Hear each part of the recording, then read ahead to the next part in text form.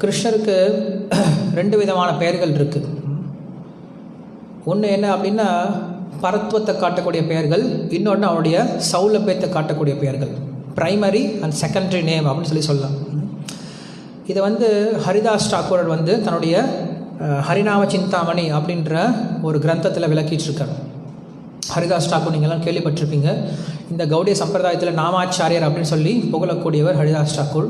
So அவர்கிட்ட சைத்தன்ய மகாபிரபு கேட்குறார், இந்த நாமத்தினுடைய மகிமையை எடுத்து சொல்லுங்கள் அப்படின்னு சொல்லி கேட்கும் பொழுது, பகவானுடைய நாமங்கள் அநேகமானவை, எண்ணிலடங்காதவை அப்படின்னு சொல்லிட்டு அந்த பகவானுடைய நாமங்களை நம்ம ரெண்டாக பிரிக்கலாம் அப்படின்னு சொல்கிறார். பகவானுடைய நாமத்தை ரெண்டாக பிரிக்கலாம் அப்படின்னு சொல்கிறார். என்னென்னது? ஒன்று பரத்வம், இன்னொன்று சௌலபியம். ஒன்று பிரைமரி நேம், இன்னொன்று செகண்டரி நேம் அப்படின்னு பிரிக்கலாம். என்ன அப்படின்னா அர்த்தம்? பிரைமரி நேம் செகண்டரி நேம்னு என்ன அர்த்தம்? பிரைமரி நேம் அப்படின்னா பகவானுடைய குணங்களை நேரடியாக, பகவானுடைய ரூபத்தை நேரடியாக சொல்லக்கூடிய, பகவானுடைய லீலைக்கு நேரடியாக தொடர்புடைய ஒரு சில பெயர்கள் தான் என்ன சொல்கிறோம்? பிரைமரி நேம் இல்லை சௌலபியம் அப்படின்னு சொல்கிறோம்.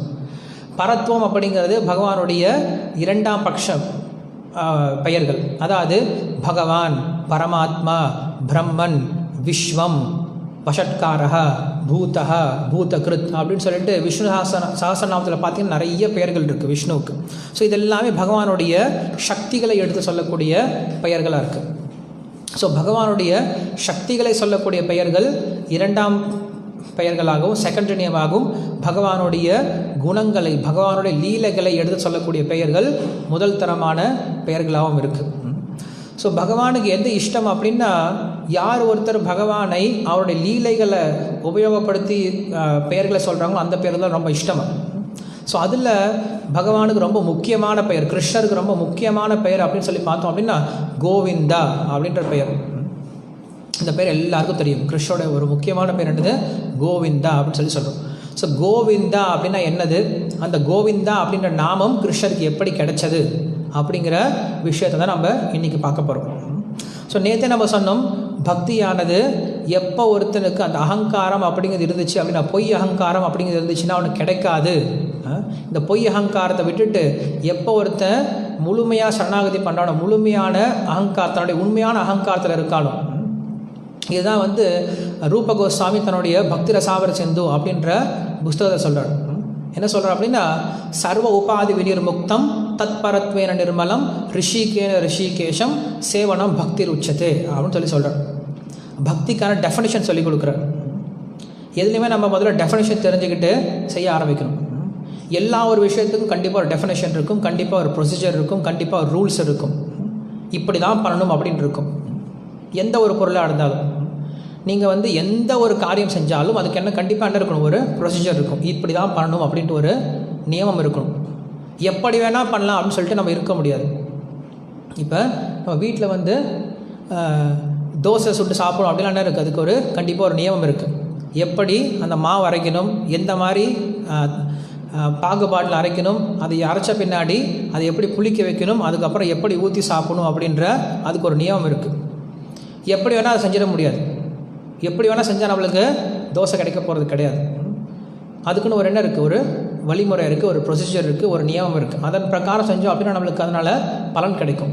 அப்படி இல்லாமல் எப்படி வேணால் செய்யலாம் அப்படின்னு சொல்லி செஞ்சோம் அப்படின்னா அதுக்கு உண்டான பலன் கிடைக்க போகிறது கிடையாது. இது வெறும் தோசை சுடுறதுக்கு. ஒருத்தர் என்னாச்சு, இந்த மாதிரி லாக்டவுன் பீரியடில் அவங்க மனைவி எங்கேயோ வேறு இடத்துல மாட்டிக்கிட்டாங்க, இவன் எங்கேயோ வேறு இடத்துல மாட்டிக்கிட்டான், கணவன் எங்கேயோ வேறு இடத்துல மாட்டிக்கிட்டார். ஸோ அவன் தோசை சுட்டு சாப்பிட்ணும் அப்படின்னு சொல்லி ஆசைப்பட்றான். தோசை எப்படி சுட்டு சாப்பிட்றது? தோசை மாவு வேணும். ஓகே, வெளியில் எங்கேயும் தோசை மாவு விற்கிறதில்ல. ஸோ தோசை மாவு சாப்பிட்லாம், தோசை மாவு நம்ம செஞ்சு சாப்பிட்லாம் அப்படின்னு சொல்லி நினைக்கிறான். அவனுக்கு தோசை மாவை பார்த்து ஞாபகம் இருக்குது. தோசை மாவை பார்த்துருக்கான். எப்படி இருக்குது? பார்த்தா வெள்ளையாக இருக்கும், கொஞ்சம் தண்ணி மாதிரி இருக்கும், செமி லிக்விடாக இருக்கும். அது என்ன பண்ணோம்? இப்படி தோசைக்கல்லை ஊற்றி கொஞ்சம் எண்ணெய் ஊற்றினா தோசை கிடச்சி தோசை எடுத்துகிட்டு சாப்பிட்லாம் அப்படின்ற வரைக்கும் அவனுக்கு தெரியும். ஸோ என்ன பண்ணுறான்? சரி தோசை சாப்பிட்லான்னு சொல்லிட்டு என்ன பண்ணுறான்? தோசை மாவு ரெடி பண்ணுறான். தோசை மாவு எப்படி ரெடி பண்ணுறான்? அவனுக்கு தெரியல, அது எப்படி பண்ணுறதுன்னு தெரியல. ஸோ என்ன பண்ணுறான்? அவனுக்கு ஒரு ஐடியா இருக்குது. வெள்ளையாக இருக்கணும், தண்ணி மாதிரி இருக்கணும். என்ன இருக்கும் வெள்ளையாக இருந்துச்சுன்னா என்னவாக இருக்கும் அப்படின்னு சொல்லிட்டு அவங்க வீட்டில் இந்த சுண்ணாம்பு அடிக்கிறதுக்கு பட்டி வச்சுருக்காங்க. பட்டி பார்க்குறதுக்கு பட்டி வச்சுருக்காங்க, வெள்ளை கலரில் பட்டி இருக்குது. ஸோ என்ன பண்ணுறான்? அந்த பட்டியை எடுத்து போட்டு கொஞ்சம் தண்ணியை ஊற்றி நல்லா கலக்கிறேன். கலக்கணும் எப்படி ஆயிடுச்சு, அதை பார்த்தா தோசை மாவு மாதிரி ஆயிடுச்சு. இப்போ பார்த்தியா தோசை மாவு எவ்வளோ சீக்கிரம் பண்ணிட்டேன் பார்த்தியா. அப்படி என்ன பண்ணுறான், தோசை மாவு எடுத்து அடுப்பில் ஊற்றிட்டு கொஞ்சம் எண்ணெயெல்லாம் ஊற்றிட்டு அதுக்கப்புறம் திருப்பி பார்க்குறான். அது நான்ஸ்டிக் தவா. நீ அதில் தோசை மாவு ஊற்றினாலும் பரவாயில்ல, இல்லை பட்டியை ஊற்றினாலும் பரவாயில்ல, எதுவாக இருந்தாலும் என்ன பண்ணிடும், திருப்பிடுவது. நார்மல் தோசைகள்லாம் திருவாது. நம்மளுடைய மாடர்ன் டெக்னாலஜி எப்படி இருக்குது, நீ எதை சாப்பிட்டாலும் அது ஓகேன்னு சொல்லிடும், எது கொடுத்தாலும் ஓகேன்னு சொல்லிடும். அந்த மாதிரி அந்த நான்ஸ்டிக் தவா என்ன பண்ணிடுது, அதையும் திருப்பி கொடுத்துது. ஆஹா, ஃபஸ்ட் டைம் தோசை மாவை போட்டோன்னே எப்படி ஆயிடுச்சு, தோசை நல்லா வந்துருக்கு, நல்லா கிறிஸ்பியாக வந்திருக்கேன்னு சொல்லிட்டு என்ன பண்ணுறான், தோசையை சாப்பாடெல்லாம் எடுத்து வாயில் வச்சான்னா அவன் சாப்பிட்ட தோசை மாதிரி கிடையாது, வாயில் வைக்க முடியல, துப்பிட்டான். ஸோ காரணம் என்னது, அது தோசை கிடையாது. காரணம் என்னது, அவன் தோசையை எப்படி செய்யணும் அப்படின்ற வழிமுறையை பின்பற்றாமல் தன்னுடைய கற்பனையில் என்ன பண்ணுறான், செய்ய ஆரம்பித்தான். அப்படி செய்ய ஆரம்பிக்கும் போது அங்கே பலன் ஒன்றும் கிடைக்க போகிறது கிடையாது.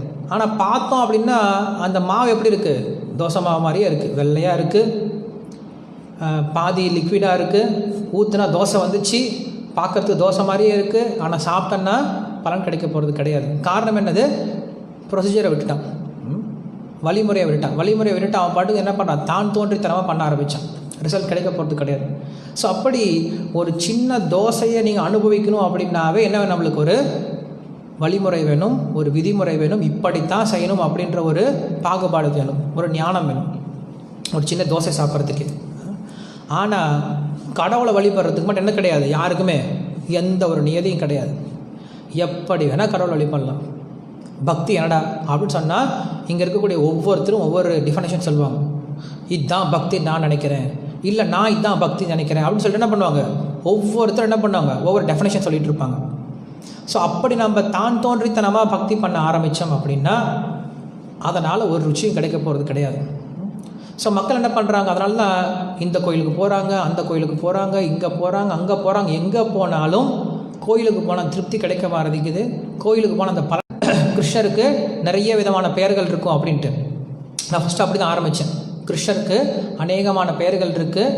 அந்த பெயர்களில் 2 வகையாக நாம் பிரிக்கலாம். ஒன்று அவருடைய குணங்களை, அவருடைய ரூபத்தை நேரடியாக குறிக்கக்கூடிய பெயர்கள். 2வது அவருடைய சக்திகளை குறிக்கக்கூடிய பெயர்கள் அப்படின்னு சொல்கிறோம். இந்த 2 பெயர்களில் கிருஷ்ணருக்கு என்ன பிடிக்கும் அப்படின்னா அவருடைய குணத்தையோ இல்லை அவருடைய லீலைகளை சொல்லக்கூடிய பெயர் தான் அவருக்கு ரொம்ப பிடிக்குமா. ஏன்னா அதுதான் ப்ரைமரி நேம்ஸ். உதாரணத்துக்கு சொல்லலாம் அப்படின்னா ஒரு அப்பா இருக்கார். அவருக்கு பார்த்தோம் அப்படின்னா அவருக்கு நிறைய ரோல்ஸ்லாம் இருக்கும். அவர் வீட்டில் தன்னுடைய குழந்தைகளுக்கு அப்பாவாக இருக்கார், தன்னுடைய மனைவிக்கு கணவனாக இருக்கார். இதே ஆஃபீஸுக்கு போனார் அப்படின்னா தன்னுடைய ஸ்டாஃப்ஸுக்கு எல்லாமே அவர் பாஸாக இருக்கார். அவரோட காரில் போனார்னா டிரைவருக்கு அவர் ஓனராக இருக்கார். ஸோ இப்படி அவருடைய பொசிஷன் என்ன ஆகுது, பல்வேறுபட்ட மக்கள்கிட்ட பல்வேறு விதமாக அந்த பொசிஷன் அவருக்கு இருக்குது. ஒவ்வொருத்தரும் ஒவ்வொரு மாதிரி கூப்பிடுவாங்க. அவருடைய கார் டிரைவர் எப்படி கூப்பிடுவார், சார் அப்படின்னு சொல்லி கூப்பிடுவார். அவங்க ஆஃபீஸில் எப்படி கூப்பிடுவாங்க, பாஸ் அப்படின்னு சொல்லி கூப்பிடுவாங்க. வெளியில் கடைக்காரங்க எப்படி கூப்பிடுவாங்க, வாங்கண்ணே அப்படின்னு சொல்லி கூப்பிடுவாங்க.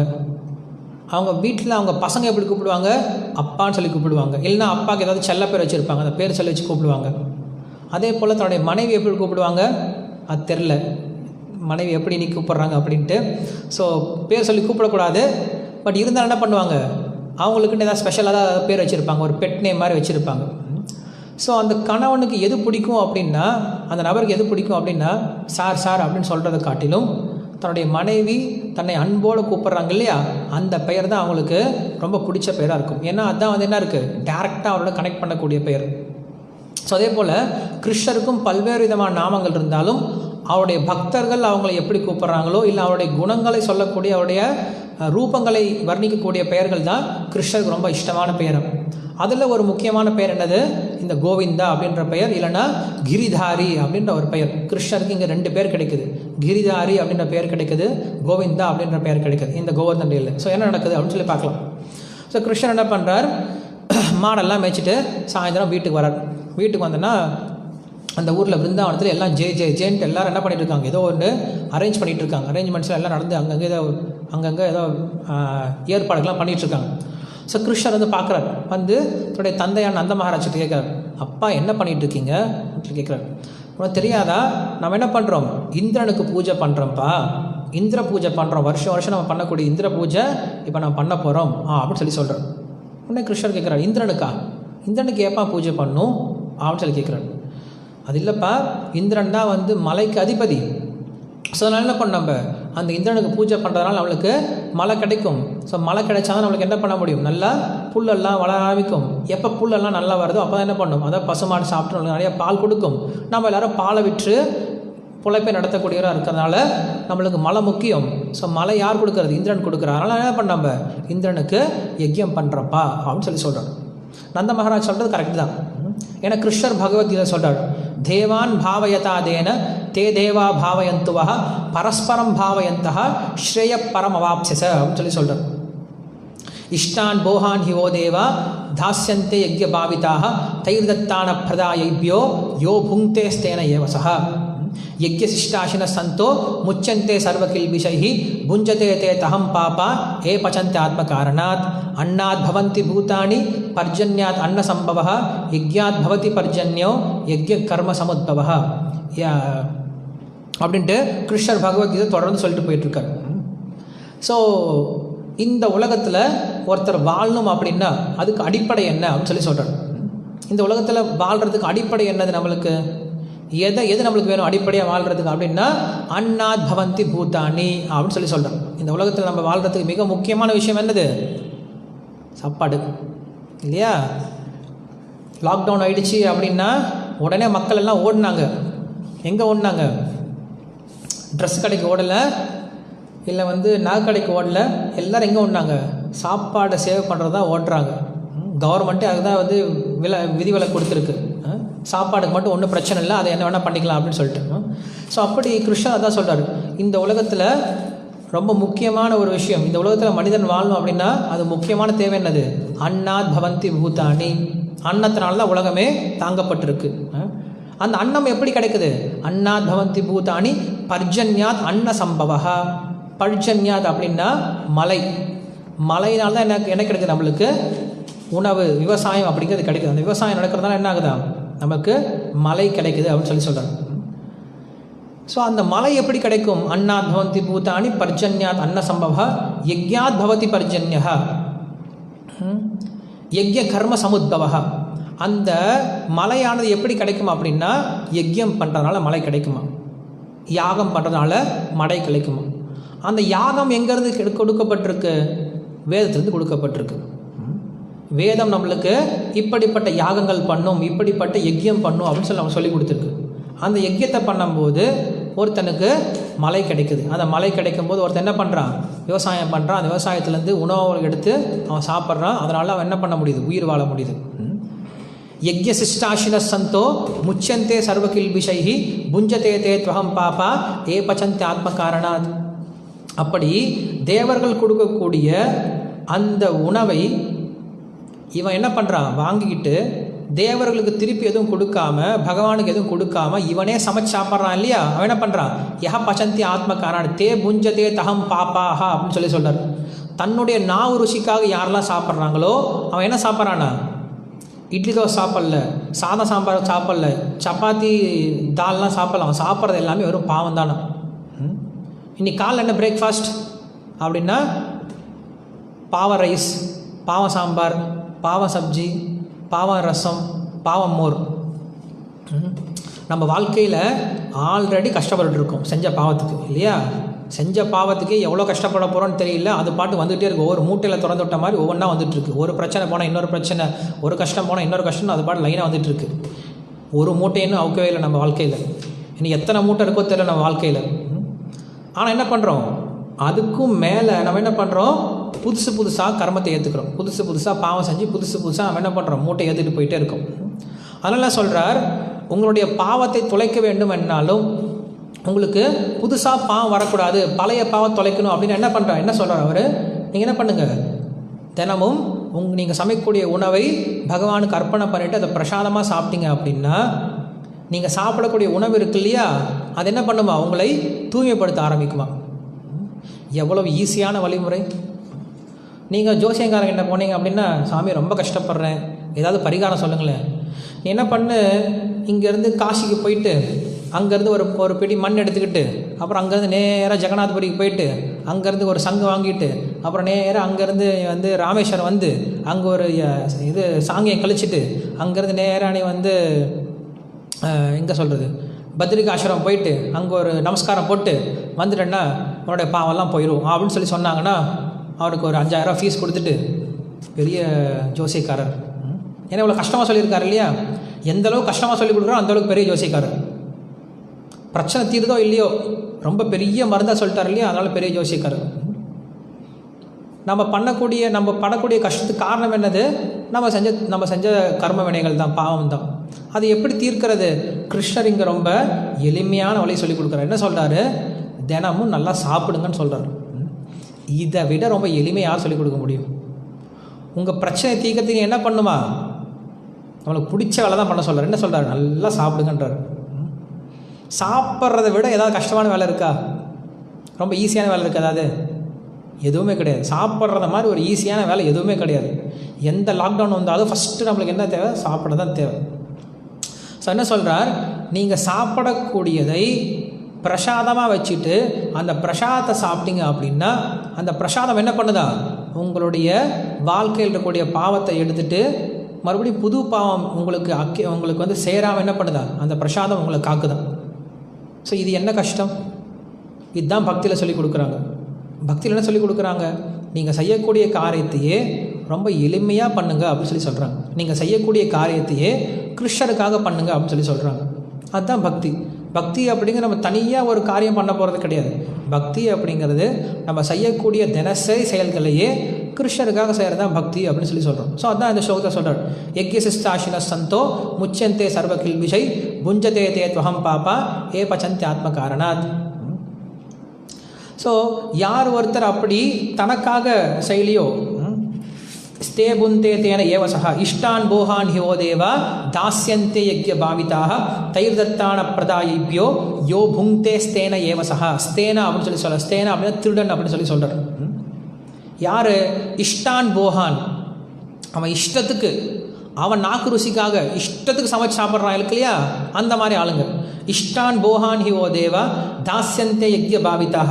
யக்யத்துக்கு அதாவது பகவானுக்கு எதுவும் அர்ப்பணிக்காமல் அவன் இஷ்டத்துக்கு சாப்பிட்றான் இல்லையா, அவன் என்ன பண்ணுறானா, தைர்தத்தான பிரதாயிப்பியோ யோ புங்கே ஸ்தேன ஏவசா. நான் பகவத்கீதையுடைய டிரான்ஸ்லேஷன் படிக்கிறேன். பல்வேறு வாழ்க்கை தேவர்களின் அதிகாரிகளான தேவர்கள் யாகங்களால் திருப்தி அடைந்து உங்களுக்கு வேண்டியவற்றையெல்லாம் அளிக்கின்றனர். இத்தகைய அன்பளிப்புகளை பதிலுக்கு அவர்களுக்கு படைக்காமல் அனுபவிப்பவன் நிச்சயமாக திருடனே ஆவான். ஸோ இந்த ஸ்லோகம் வந்து பகவத்கீதையில் 3ஆம் அத்தியாயத்தில் இருக்குது. ஸோ கிருஷ்ணர் சொல்கிறார், தேவர்களால் மனிதர்களுக்கு நலன் கிடைக்குது. மனிதர்கள் மறுபடியும் என்ன பண்ணுறாங்க, தேவர்களுக்கு யஜ்யம் பண்ணுறதுனால நன்றி செலுத்துகிறாங்க. இப்படி என்ன இருக்குது, வாழ்க்கை சுழற்சியால் போயிட்டுருக்கு. தேவான் பாவயதாதேன தே தேவா பாவயந்தா பரஸ்பரம் பாவயந்தா. பரஸ்பரம் நம்ம சொல்லலை தமிழில், பரஸ்பரம் உதவி பண்ணிக்கணும் அப்படின்ட்டு. ஸோ பரஸ்பரம் பாவயந்தா, மனிதர்கள் தேவர்களுக்கு சமர்ப்பணம் பண்ணுறாங்க, மறுபடியும் என்ன பண்ணுறாங்க, தேவர்கள் மனிதர்களுக்கு உதவி பண்ணுறாங்க. ஸோ இப்படி என்ன பண்ணுறாங்க, பரஸ்பரம் பாவயந்தா ஸ்ரேய பரம மாப்சிச. இப்படி என்ன பண்ணுங்கள், ஸ்ரேயா அப்படின்னா எல்லாரும் ரொம்ப ஆனந்தமாக வாழுங்க அப்படின்னு சொல்லி சொல்கிறார். ஸோ நம்மளுக்கு சாஸ்திரங்கள் சொல்லிக் கொடுக்குது, இந்த உலகத்தில் நம்ம எப்படி சந்தோஷமாக வாழ்கிறதுக்கான வழியும் சொல்லிக் கொடுக்குது சாஸ்திரம். வெறும் மோட்சத்தை மட்டும் சொல்லிக் கொடுக்கல, இந்த உலகத்தில் எப்படி வாழணும் அப்படின்ற வழி என்ன கொடுக்குது, சாஸ்திரம் தான் சொல்லிக் கொடுக்குது. நான் இப்போ ராமாயணம் பேசிகிட்டு இருக்கேன். ஸோ அந்த ராமாயணத்தில் பார்த்தோம் அப்படின்னா இப்போ வந்து கிஷ்கிந்தா காண்டத்தில் இருக்கும். ஸோ அந்த கிஷ்கிந்தா காண்டத்தில் சத்சங்கத்தினுடைய முக்கியத்துவத்தை பற்றி வால்மீகி ரிஷி பேசிகிட்டு இருக்காங்க. அந்த சத்சங்கத்தை பற்றி பேசும்போது அவர் என்ன சொல்கிறார் அப்படின்னா, இந்த சத்சங்கம் அப்படின்னு சொல்லி சொன்னாவே எல்லாரும் ஒரு மனசில் என்ன தோணும் அப்படின்னா, சாமியாராக போயிடுவாங்க, இல்லைனா வெறும் ஆன்மீக விஷயமாக சொல்லிக் கொடுப்பாங்க அப்படின்னு சொல்லிட்டு நினச்சிட்டு இருக்காங்க. உண்மைதான். ஆனால் சத்சங்கம் அப்படிங்கிறது எதுக்காகன்னா வெறும் ஆன்மீகத்தில் முன்னேற்றத்துக்காக மட்டும் கிடையாது. சத்சங்கம் அப்படிங்கிறது எதுக்கு அப்படின்னா, இந்த உலகத்தில் ஒரு மனிதன் எப்படி வாழணும் அப்படின்ற விஷயத்தை நம்ம கற்றுக்கிறதுக்கும் சத்சங்கம் தேவைப்படுது. கண்டிப்பாக எல்லாத்துக்கும் என்ன தேவை, ஒரு சங்கம் தேவை. யாரும் சும்மா இருக்க முடியாது, தனியாக இருக்க முடியாது. கண்டிப்பாக என்ன பண்ணணும், யாருக்காவது ஒரு சேர்க்க தேவை, யார் கூட சேர்ந்துருக்கணும். ஸோ நம்ம எப்போ நல்லவங்களோட சேரலையோ அப்போ என்ன ஆகும், ஆட்டோமேட்டிக்காக கெட்டவங்களோட சேர ஆரம்பிச்சிடுவோம். ஸோ நல்லவங்களோட சேர ஆரம்பித்தோம், பக்தர்களோட சேர ஆரம்பித்தோம் அப்படின்னு என்ன ஆகும், ஆன்மீகத்தில் முன்னேறது மட்டும் கிடையாது, நம்ம வாழ்க்கையில் நம்ம குடும்பத்தில் எப்படி இருக்கும், வாழ்க்கையானது ரொம்ப சுமூகமாக போயிட்டுருக்கும். இன்றைக்கி வெளியில் இருக்கக்கூடிய குடும்பத்தை விட கம்பேர் பண்ணி பார்க்கும்போது பக்தருடைய குடும்பங்கள் கொஞ்சம் சுமூகமாகவே போயிட்டுருக்குன்னு சொல்லலாம். காரணம் என்னது, அவன் எப்போ பக்தர்களாக ஆகிட்டாங்களோ, பக்தர்களோட சேர்றாங்களோ, அந்த நல்ல குணங்களை வளர்த்துக்க ஆரம்பிச்சுறாங்க. ஸோ அதனால் சத்சங்கம் அப்படிங்கிறது நமக்கு வெறும் ஆன்மீகத்தில் மட்டும் கிடையாது, இந்த உலகத்தில் நம்ம நல்லா வாழ்கிறதுக்கும் உதவிகரமாக இருக்குது.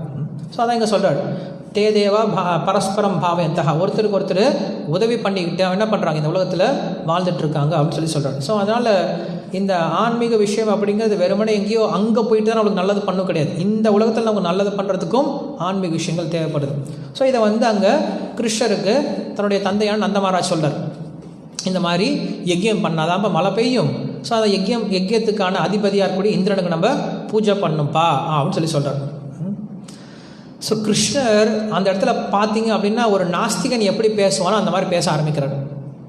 என்னப்பா சொல்கிற, யஜ்யம் பண்ணால் மழை வரும், மழை வந்தால் இந்திரன் மழை கொடுக்குறான் அப்படின்னு சொல்கிற, எனக்கு ஒன்றும் அவ்வளோ ஒன்றும் தெரியலையே. நீ இந்திரன் சொல்கிற, இந்திரனை பார்த்துருக்கியா அது வரைக்கும்?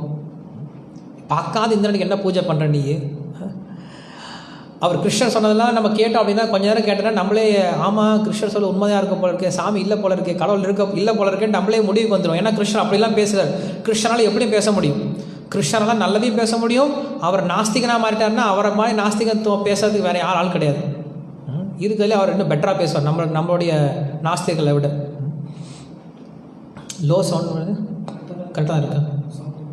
சவுண்டு கரெக்டாக தான் இருக்கு, எல்லோரும் கேட்குது இல்லை? ஓகே. ஸோ அப்படி அங்கே கிருஷ்ணர் சொல்கிறார், பார்த்தீங்க அப்படின்னா நம்மளுடைய வேலை என்னது, நம்ம யார் கோனார், நம்மளுடைய வேலை என்னது பசுமாடை பார்த்துக்கணும். ஸோ நம்ம பசுமாடை பார்த்துக்கிறோம் அப்படின்னா இப்போ இந்திரன் கடவுளாகவே இருக்கட்டுமே, இந்திரன் தேவனாகவே இருக்கட்டும், அந்த தேவன் எப்படி நம்மளுக்கு அருள் கொடுக்குறான், எப்படி மழையை கொடுக்குறான்? சும்மா உட்காந்துருந்தா கொடுத்துருவானா? கொடுக்க மாட்டான். நம்ம வேலையை பண்ணுறோம், நம்ம வேலையை பண்ணும் பொழுது அவன் நம்மளுக்கு அதுக்கான பலனை கொடுக்குறான். நம்ம கர்மத்தை பண்ணும்போது என்ன பண்ணுறான், பலனை கொடுக்குறான். ஸோ அப்படி இருக்கும்போது நம்ம வேலையை நம்ம சரியாக செஞ்சுட்டு இருந்தோம் அப்படின்னா அவன் பலனை கொடுக்க முடியாது, சொல்ல முடியாது இல்லையா? சொல்ல முடியாது, அவன் சொல்லக்கூடாது. நம்ம கடமையை நம்ம சரியாக செய்யும் போது அவன் என்ன பண்ணணும், பலனை கொடுத்தே ஆகணும்.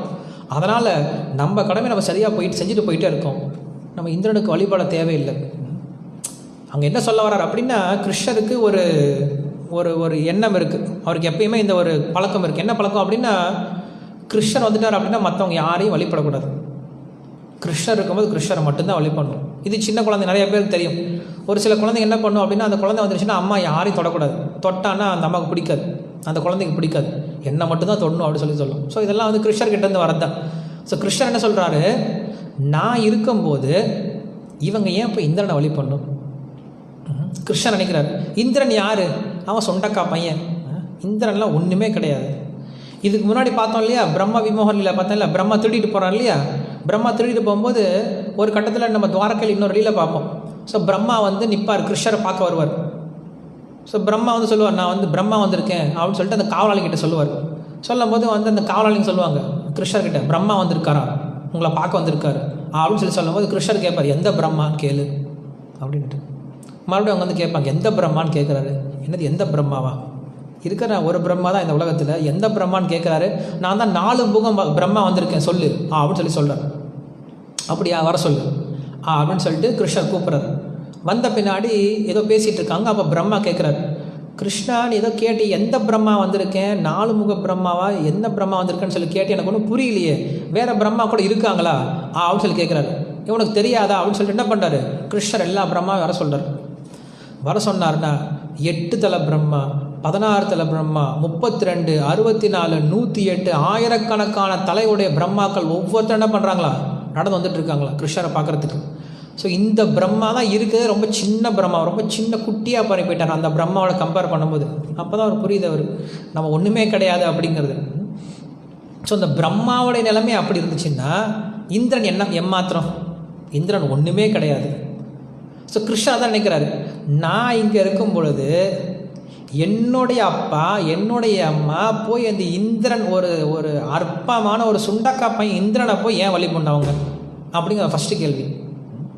ரெண்டாவது என்னென்னா, அந்த இந்திரன் சும்மா நல்ல ஆள் கிடையாது. அந்த இந்திரன் நினைக்கிறான்னா பயங்கர கர்வத்தில் இருக்கான். நான் எவ்வளோ பெரிய ஆள் அப்படின்ற கர்வத்தில் இருக்கானா.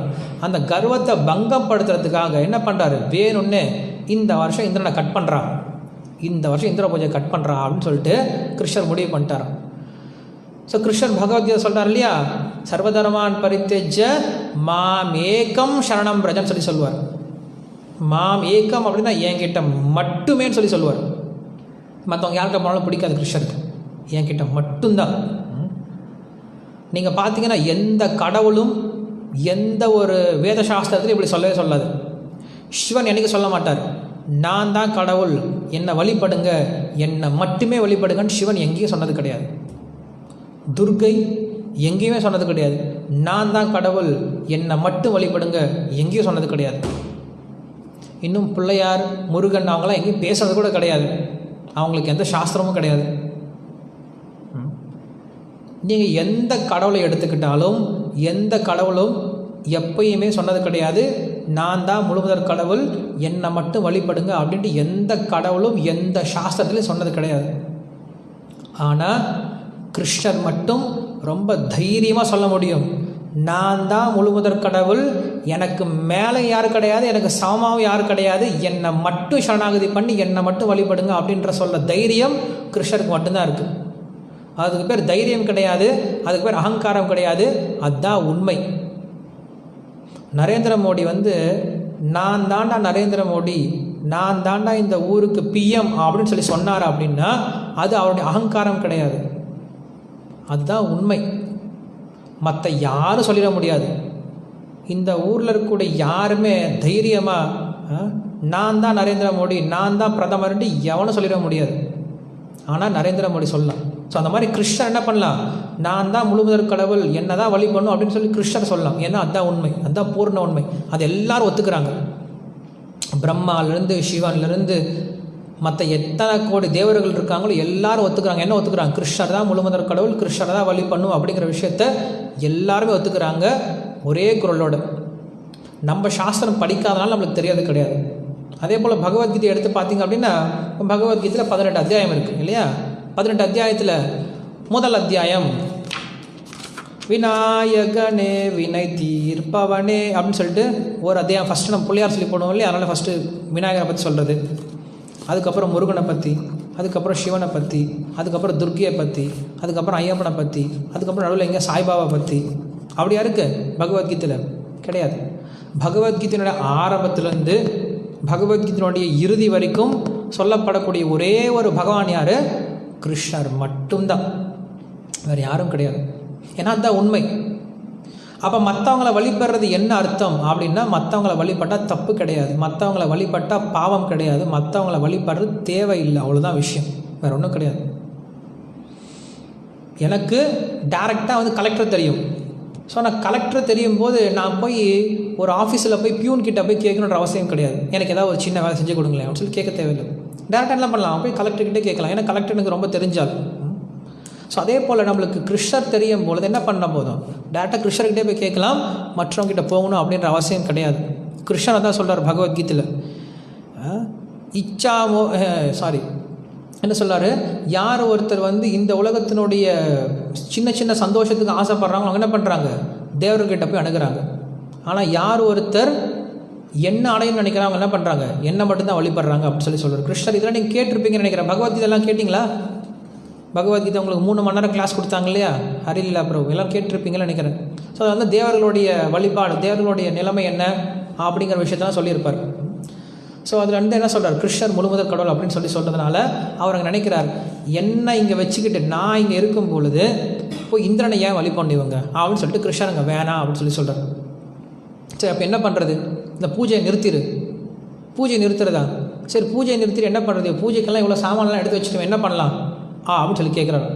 கேட்ட விட்டா கிருஷ்ணர் சொல்கிறார், இங்கே பார்த்தீங்கன்னா இங்கே கோவர்தன மலை இருக்குது, இந்த கோவர்தன மலை தான் நம்மளுக்கு பிரத்யக்ஷ தெய்வம். ஏன்னா இந்த மலையிலிருந்து தான் நம்மளுக்கு தண்ணி கிடைக்குது, இந்த மலையிலிருந்து தான் நம்மளுக்கு மாடு மேய்க்கிறதுக்கான நிலம் கிடைக்குது, இந்த மலையிலிருந்து தான் நம்மளுக்கு காய்கறிகள் கிடைக்குது, பழம் கிடைக்குது, அது மட்டும் இல்லாமல் மூலிகை செடிகள்லாம் கிடைக்குது, எல்லாமே நம்மளுக்கு இந்த கோவர்தன மலை தான் கொடுக்குது. அதனால் என்ன பண்ணலாம், எல்லோரும் இந்த கோவர்தன மலையை பூஜை பண்ணலாம் அப்படின்னு சொல்லிட்டார். பல வருஷங்களாக செஞ்சிகிட்டு இருக்க பூஜை, சின்ன பையன் 7 வயசு பையன் சொல்கிறார், கிருஷ்ணர் இந்திர பூஜையை நிறுத்திட்டு கோவர்தனத்துக்கு பூஜை பண்ணுங்க அப்படின்னு சொல்கிறார். ஒருத்தர் கூட எதிர்த்து பேசவே இல்லையா, ஒருத்தர் கூட ஆட்சேபனை பண்ணவே இல்லை. கிருஷ்ணர் சொல்லிட்டாங்கடா எதிர்த்துடா கோவர்தனத்துக்கு பூஜை பண்ணுறான், எல்லாரும் ஒத்துக்கிட்டாங்களாம். இதுதான் அங்கே இருக்கக்கூடிய ஸ்பெஷாலிட்டி. எவ்வளோ பெரிய ஆளாக இருந்தாலும் கிருஷ்ணர் சொல்லிட்டார் அப்படின்னு ஒத்துப்பாங்க, அவங்களுக்கு வேறு மறுபேச்சே கிடையாது. ஏன்னா கிருஷ்ணர் என்ன சொல்கிறாரோ அதுதான் தர்மம், அவ்வளோதான். தர்மம் து சாக்ஷாத் பகவத் பிரணீதம், கிருஷ்ணர் சொல்கிறது தான் தர்மம், மற்ற எல்லாமே அதர்மம் தான். கிருஷ்ணர் என்ன சொல்கிறோம் அதை செஞ்சுட்டு போயிட்டே இருக்க வேண்டியது தான். அதுக்கு மேலே ஒரு தர்மம் அப்படிங்கிறது கிடையாது, தனியாக ஒரு தர்மம் அப்படிங்கிறது கிடையாது. கிருஷ்ணர் இதை பண்ணுறா அப்படின்னா அதுதான் தர்மம். அது அர்ஜுனனை சாகடிக்கிறதா இருந்தாலும் சரி, இல்லை தர்மனை பொய் சொன்னாலும் சரி, கிருஷ்ணர் சொன்னாலும் அதுதான் தர்மம். ஏன்னா தர்மத்துக்கு அடிப்படை யார்? கிருஷ்ணர் தான். தர்மஸ்ய பிரபு அச்சுதா அப்படின்னு சொல்கிறாங்க. தர்மத்தினுடைய அடிப்படையில் இருக்கக்கூடியவர், அந்த தர்மத்தினுடைய கோட்ஸ் கொடுக்குற யார் தான்? கிருஷ்ணர் தான். ஸோ தர்மத்தை எப்படி கடைபிடிக்கணும், எது தர்மம், எந்த சமயத்தில் எந்த தர்மத்தை கடைபிடிக்கணும் அப்படிங்கிற விஷயம் கிருஷ்ணருக்கு மட்டும்தான் தெரியும், தவிர மற்ற யாருக்கும் தெரியாது. ஸோ தர்மத்தோட சூக்ஷ்மம் யாருக்கு தெரியும்? கிருஷ்ணனுக்கு தான் தெரியும். எந்த தர்மத்தை எப்படிப்பட்ட சமயத்தில் யார் கடைபிடிக்கணும் அப்படிங்கிற சூக்ஷ்மம் கிருஷ்ணனுக்கு மட்டும் தெரியும். ஸோ கிருஷ்ணரை வழிபடுறது, கிருஷ்ணர் சொல்கிறத கேட்குறது தான் மிக உயர்ந்த தர்மம். ஸோ அதனால பகவத்கீதையோட இறுதியில் சொல்கிறார், சர்வ தர்மான் பரித்தெஜ்ஜ மாமேக்கம் சரணம் ரஜன் சொல்கிறார். இருக்கிறதே மிக உயர்ந்த தர்மத்தை கடைபிடிங்கன்னு சொல்கிறார். அப்படின்னு என்ன அர்த்தம்? இந்த உலகத்தில் நீங்கள் வச்சுருக்க தர்மத்தெல்லாம் விட்டுட்டு என்னை வழிபடக்கூடிய விஷயம் அப்படிங்கிற உயர்ந்த தர்மத்தை கடைபிடிங்கன்னு சொல்கிறார். ஸோ அதுதான் இங்கே கோவர்தன லீலையில் சொல்கிறார். கிருஷ்ணர் சொல்கிறார், இந்திரனை வழிபட தேவையில்லை, நம்ம என்ன பண்ணலாம், கோவர்தனத்தை வழிபடலாம் அப்படின்னு சொல்கிறாங்க. எல்லோரும் ஒத்துக்கிட்டாங்க. கிருஷ்ணர் சொல்லிட்டாங்கன்னா அவ்வளோதான்டா, கோவர்தனை வழிபடலாம்டா அப்படின்னு சொல்லிட்டாங்க. ஸோ என்ன பண்ணுறாங்க, அன்னக்கூட உற்சவம், அந்த கோவர்தனத்தை எப்படி வழிபடுறது? கிருஷ்ணர் சொல்கிறார், நீங்கள் என்ன பண்ணுங்கள், நிறைய பிரசாதம் சமைச்சு கொண்டு கோவர்தன் கிட்ட வைங்க, கோவர்தன் நிறையா சாப்பிடுவார் அப்படின்னு சொல்லிட்டாங்க. என்ன பண்ணுறாங்களாம், நிறைய சமைக்க ஆரம்பிச்சிட்டாங்களாம். நிறைய சமைச்சு கூட வெறும் வண்டியாக வந்துட்டு இருக்கான். பூரி, ஒரு பெரிய மாட்டு வண்டி ஃபுல்லாக ஒரு பூரி வந்துட்டுருக்கு. இன்னொரு மாட்டு வண்டி ஃபுல்லாக பன்னீர் சப்ஜி வந்துட்டுருக்கு. இன்னொரு மாட்டு வண்டி ஃபுல்லாக புலாவ் ரைஸ் வந்துட்டுருக்கு. இன்னொரு மாட்டு வண்டி சப்ஜி ஃபுல்லாக குருமா வந்துட்டுருக்கு. இன்னொரு மாட்டு வண்டி ஃபுல்லாக புளியோதரை, தயிர் சாதம், சக்கரை பொங்கல், அப்புறம் என்னெல்லாம் இருக்கோ எல்லாம் வந்துட்டுருக்கு. எல்லாருக்கும் இப்போ பசிக்க ஆரம்பிச்சிடும்.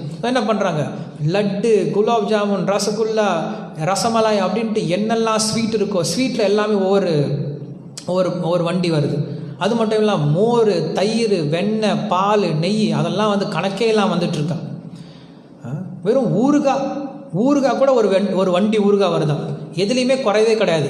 அவ்வளோ செஞ்சு கொண்டு வராங்களாம் அந்த ஊர் மக்கள். சுற்று வட்டாரத்தில் 64 கிராமம் இருக்குது. எல்லா கிராமம் சேர்ந்துருச்சு. கிருஷ்ணர் கோவர்தனத்தை வழிபட சொல்லிட்டாரா, நம்மளும் வந்தாலான்னு சொல்லிட்டு என்ன பண்ணுறாங்க, எல்லா கிராம மக்களும் போட்டி போட்டு சமைச்சு கொண்டு வராங்களாம். கொண்டு வந்து எல்லாரும் பெரிய மலை மாதிரி குமிச்சு வச்சுட்டாங்க. கோவர்தனத்து மலை குமிச்சு வச்சுட்டாங்க. குமிச்சு வச்ச பின்னாடி எல்லாரும் கோவர்தனை வழிபட ஆரம்பிக்கிறாங்க. அப்போ அங்கே சொல்கிறாராம், கிருஷ்ணர் சொல்கிறாராம், எல்லோரும் கண்ணை முடிக்கோங்க, இப்போ கோவர்தனை சாப்பிட போகுது அப்படின்னு சொல்கிறாராம். எல்லோரும் கண்ணை முடிக்கிட்டாங்களாம். அப்போ என்ன பண்ணுறாரு, கிருஷ்ணரே பெரிய உருவம் எடுத்துக்கிட்டு அந்த கோவர்தன மலை மேலே உட்காந்துட்டு, நான் தான் கோவர்தன் அப்படின்னு சொல்லிட்டு என்ன பண்ணுறாராம், அங்கே இருக்கிறத எடுத்து அப்படியே வாயில் போட்டு சாப்பிட்றாராம். அங்கே இருக்க கோபர்கள்லாம் பார்க்குறாங்களா, எல்லா கோபியர்களும் பார்க்குறாங்களாம், ஆன்னு பார்க்குறாங்களாம். அப்போ கிருஷ்ணர் இங்கே சின்ன பையனாக பக்கத்தில் சொல்கிறாராம், பார்த்தீங்களா இந்திரன் என்னைக்காவது இப்படி சாப்பிட்ருக்கானா, உங்கள் முன்னாடி கண்ணுக்கே வராது இந்திரன் கிட்ட போய் இவ்வளோ கொடுத்துட்டுருக்கீங்க, பார்த்தீங்களா கோவர்தன் எப்படி சாப்பிட்றாரு பார்த்தீங்களா. அந்த மக்களுக்கு நம்பிக்கையை உண்டுபடுத்துறதுக்காக என்ன பண்ணுறாரு, கிருஷ்ணர் தானே போயிட்டு அந்த கோவர்தன் மலை மேலே உட்காந்துட்டு கோவர்தனாக சாப்பிட்றாரு. உண்மையில் அந்த கோவர்தன் யார், கிருஷ்ணர் தான். கிருஷ்ணருடைய அவதாரம் தான் அந்த கோவர்தனமாகவும் இருக்குது. கிருஷ்ணனுடைய சக்தி தான் கோவர்தனமாகவும் மாறி இருக்குது. ஸோ கிருஷ்ணருக்கும் கோவர்தனுக்கும் எந்த வித்தியாசம் கிடையாது. அதனால் நம்ம கோவர்தன் மலைக்கு போகும்போது அந்த கோவர்தன மலை மேலே ஏற மாட்டோம். ஏன்னா அது சாக்ஷாத் கிருஷ்ணர் தான் அந்த கோவர்தன மலை அப்படிங்கிறது. ஸோ அப்படி என்ன பண்ணுறது, கோவர்தன் ஃபுல்லாக சாப்பிட்டு முடிச்சுட்டு பத்தலையா, அந்த கோவர்தன் என்ன பண்ணுது, அணியோர் அப்படின்னு சொல்லுதான், இன்னும் கொண்டு வாங்கன்னு சொல்லுதான். சுற்று வட்டாரத்தில் அந்த கிராம மக்கள்லாம் போயிட்டு கிடுன்னு போயிட்டு என்னெல்லாம் இருக்கும், இன்னும் என்னெல்லாம் சமைச்சு கொண்டு வர முடியுமோ எல்லாம் சமைச்சு மறுபடியும் கூட வண்டியே கொண்டு வராங்களாம், கொண்டு வந்து கொடுக்குறாங்களாம். அந்த கோவர்தன் நல்லா முழுக்க ஃபுல்லாக சாப்பிட்டுட்டு ரொம்ப சந்தோஷம் அடைஞ்சிருச்சான். சொல்லுதான், நான் ரொம்ப சந்தோஷம் அடைஞ்சிட்டேன், ரொம்ப திருப்தி அடைஞ்சிட்டேன் அப்படின்னு சொல்லிடுச்சு. இந்த மக்கள் எல்லாருக்கும் ரொம்ப சந்தோஷமாக போயிடுச்சு. கோபியர்கள்லாம் கிருஷ்ணர் சாப்பிட்டு போயிட்டாரா, கிருஷ்ணன் சாப்பிட்டு பாரு, கோவர்தன் சாப்பிட்டுடுச்சுடா அப்படின்னு சொல்லிட்டு எல்லாம் ரொம்ப சந்தோஷப்பட்டாங்களாம். இந்திரனுக்கு பூஜை பண்ணி என்ன பிரயோஜனம், இத்தனை வருஷமாக இந்திரன் நம்மளை கண்ணில் கூட பார்த்தது கிடையாது, ஆனால் கோவர்தன் இப்படி சாப்பிட்டு போயிடுச்சுன்னு சொல்லிட்டு ரொம்ப சந்தோஷப்பட்டுட்டு எல்லோரும் அன்றைக்கி என்ன பண்ணியிருக்காங்க, எல்லோரும் பசுமாடை கூட்டிகிட்டு அந்த கோவர்தனை சுற்றி பூஜை எல்லாம் பண்ணிவிட்டு வீட்டுக்கு போயிட்டாங்க. இந்த விஷயமானது அங்கே தெரிய ஆரம்பிக்குது, இங்கே இந்திரனுக்கு தெரிய ஆரம்பிக்குது. இந்த மாதிரி அந்த பிருந்தாவன வாசிகள் யாருமே நமக்கு பூஜை பண்ண கிடையாது, இந்த வருஷம் பூஜையை கேன்சல் பண்ணிட்டாங்க அப்படின்னு தெரிய வந்துச்சு. தெரிய வந்தவொடனே அவனுக்கு கோவம் வந்துருச்சு. யார் இதை பண்ணாங்க அப்படின்னு சொன்னால் கிருஷ்ணர் அப்படின்ற ஒரு பையன் சொன்ன. கிருஷ்ணன்ற ஒரு சின்ன வாண்டு, அந்த சின்ன வாண்டு சொன்னதுனால இவ்வளோ பண்ணியிருக்காங்களே இவங்களுக்கு கொஞ்சம் கூட புத்தி இல்லாமல் போயிடுச்சு.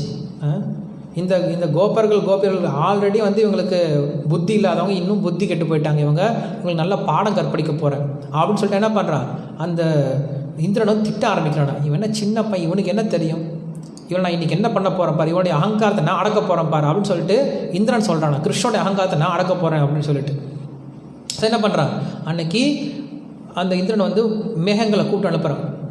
அந்த மேகங்களானது இந்த உலகத்தை அழிக்கிறதுக்கு என்ன வகையான மேகம் தேவையோ அப்படிப்பட்ட மேகத்தை கூப்பிட்றான். ரொம்ப பயங்கரமான மேகம், இந்த உலகத்தையே அழிக்கக்கூடிய அளவுக்கு அந்த மேகத்துக்கு சக்தி இருக்கா.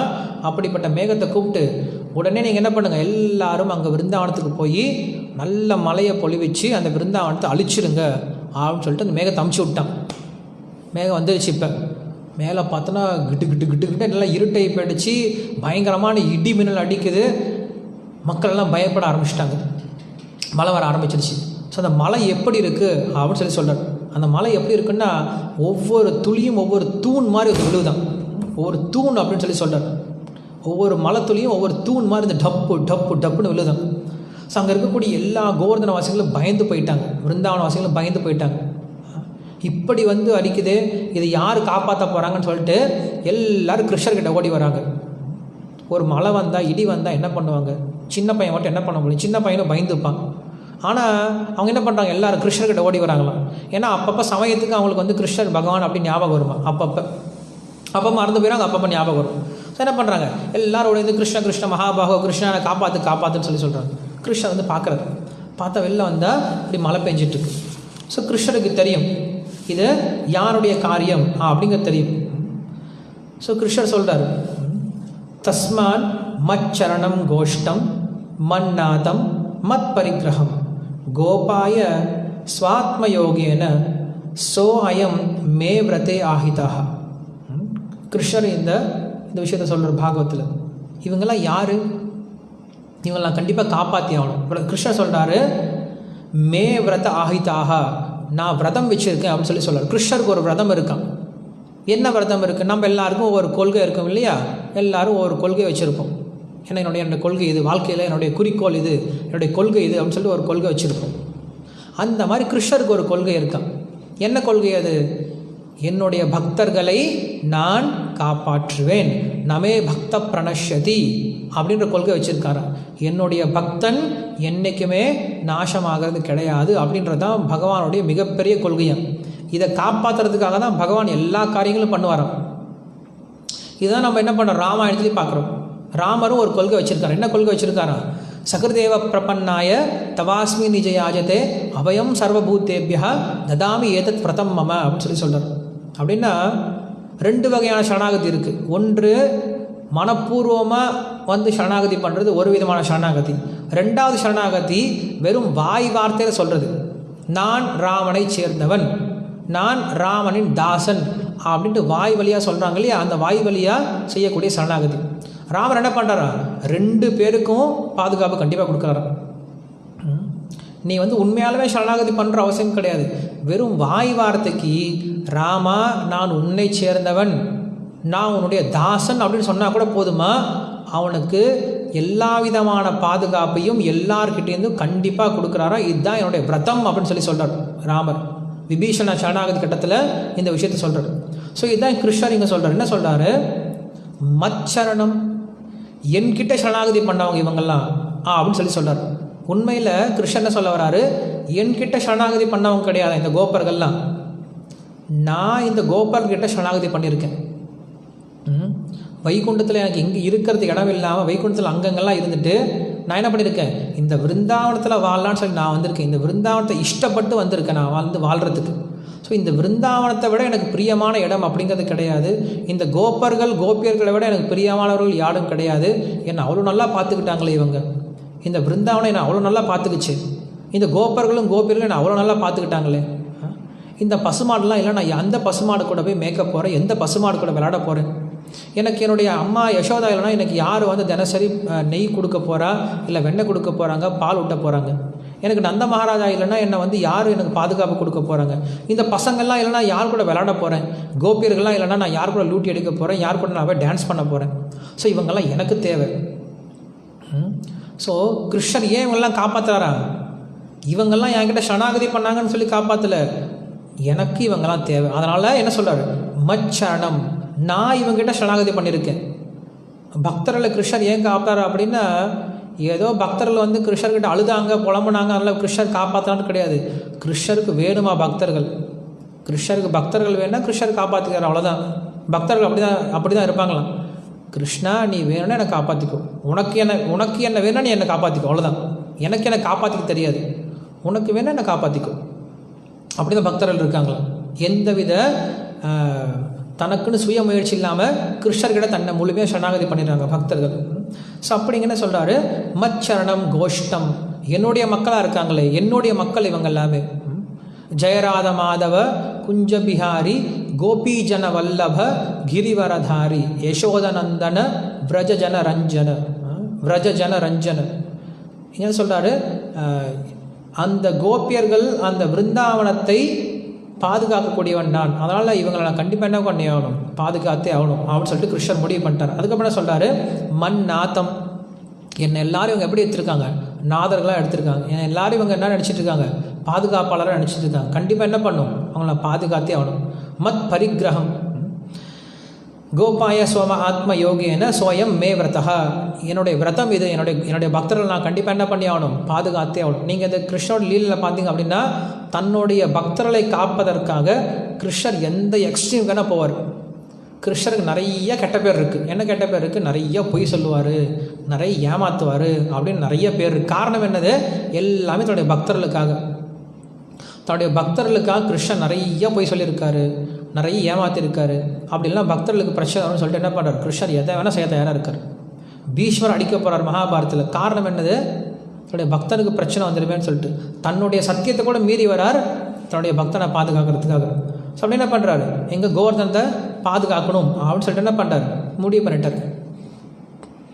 ஸோ அப்படி முடிவு பண்ண பின்னாடி என்ன பண்ணுறாரு, ஒரு சிரிப்பு சிரிச்சாராம்.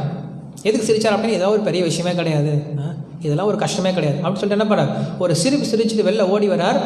ஓடி வந்தால் ஒரு கொடையை பிடிக்கணும், கொடையை பிடிச்சி எல்லாத்தையும் உட்கார வைக்கணும். எந்த கொடையை பிடிக்கலாம், சுற்றி பார்க்குறாரு. என்ன கொடை இருக்குது அந்த ஊர்லேயே, பெரிய கொடை இருக்கிறது அந்த மலை மட்டும்தான். என்ன பண்ணுறாரு, தூக்கடா மலையை தூக்கடா அப்படின்ட்டார்.